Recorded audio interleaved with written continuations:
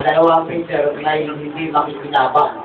Kaya sayang, naglakbay tayo sa malalayong lugar. Nakarating tayo dito sa isang lugar upang makipag-fellowship at makinig sa salita ng Diyos. Handa ba tayo? Ano yung ibig na yun? Handa bang mamalis o handa bang makinig?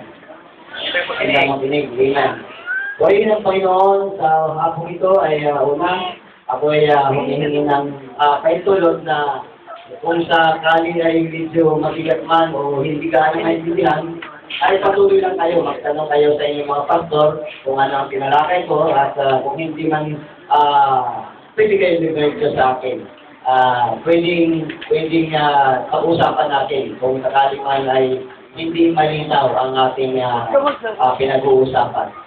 Ngunit sa awa at sa tulong ng Panginoon, ako ay naniniwala na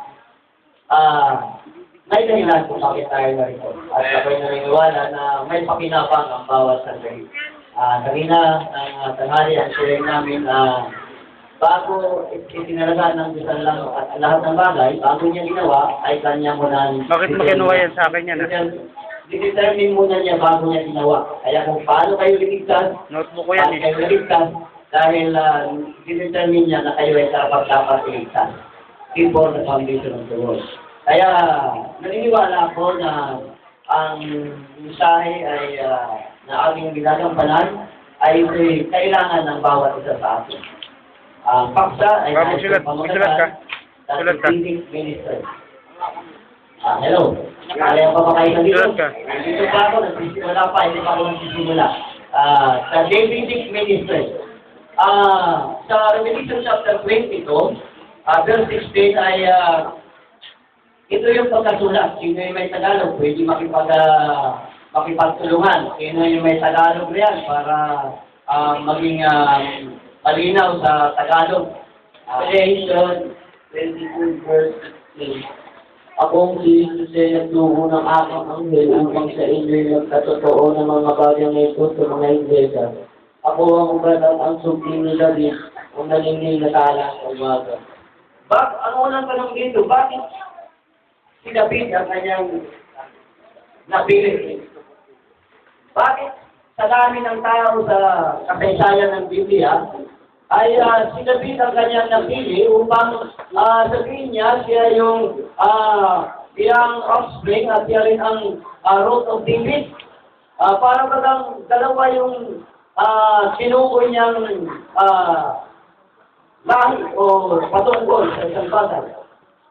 At dito makikita natin na ang ating Panginoon ay gumamit ng anghel patungo sa mga iglesia. Tama ba yun? Kanina ang ating pasla ng umaga ay may kinalaman sa may part doon yung Episo to Laodicea. Pero kung ating makikita, yung parables na ginamit kanina ng umaga, doon sa dulo ay mayroon hindi nakibigyang pansin. Sa Matthew chapter 13, pakibasa na ulit yun para makita natin. Doon sa pagkatapos ng 50 ay mayroong pahabol ang ating Panginoon na labas doon sa 7 parables. Sinong mabasa? 51 to 52. 13 ng Matthew chapter 13, yung kanina.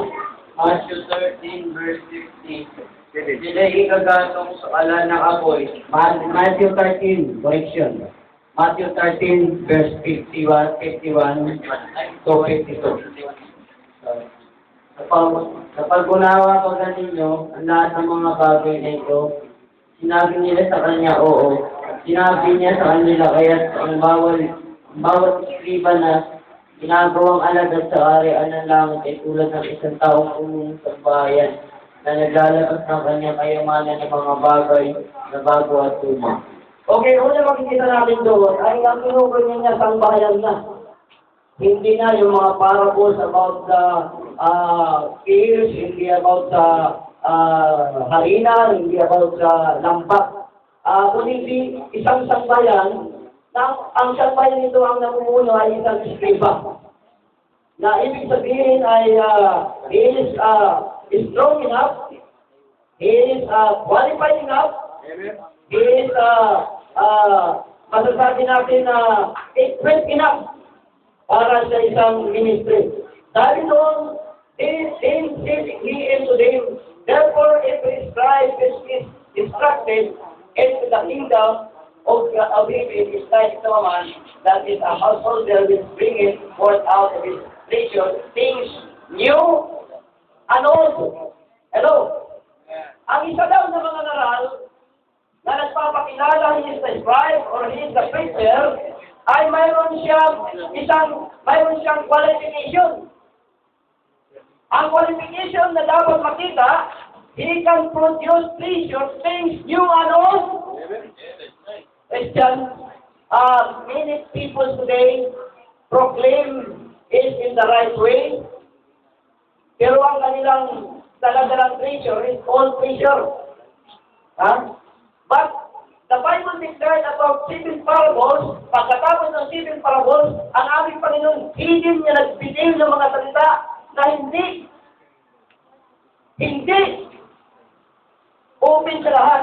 Kung hindi, para lang sa mga apostol. At sabi doon, ang tunay na istriba o tunay na mga ngaral ay kailangan mayroong dalawang mensahe, lumang mensahe, at bagong mensahe.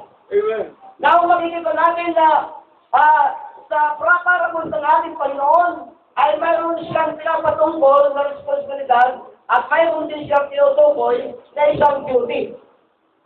Now, una, pag-usapan natin ang isang responsibilidad, isang escriba o isang leader. Hello? Interesado pa ba tayo dito? Yes. Ipagpatuloy pa natin. Yes. Amen. Now, napakalaga na inyo itong maintindihan dahil bihira ako mag-topic ng paulit-ulit sa isang lugar. Hindi ko attitude dahil marami ang mensahe ng Diyos na pwede namin pag-usapan. Kaya pag ito'y naibahagi ko, hindi na ako magbabahagi sa lugar na to. Iba naman ang ibabahagi ko dito. Walang review. Walang review. Kaya, dito'y pinapakita ng ating Panginoon na kailangan makahanap ng scribe o leader. Pag-usapan muna natin ang leader.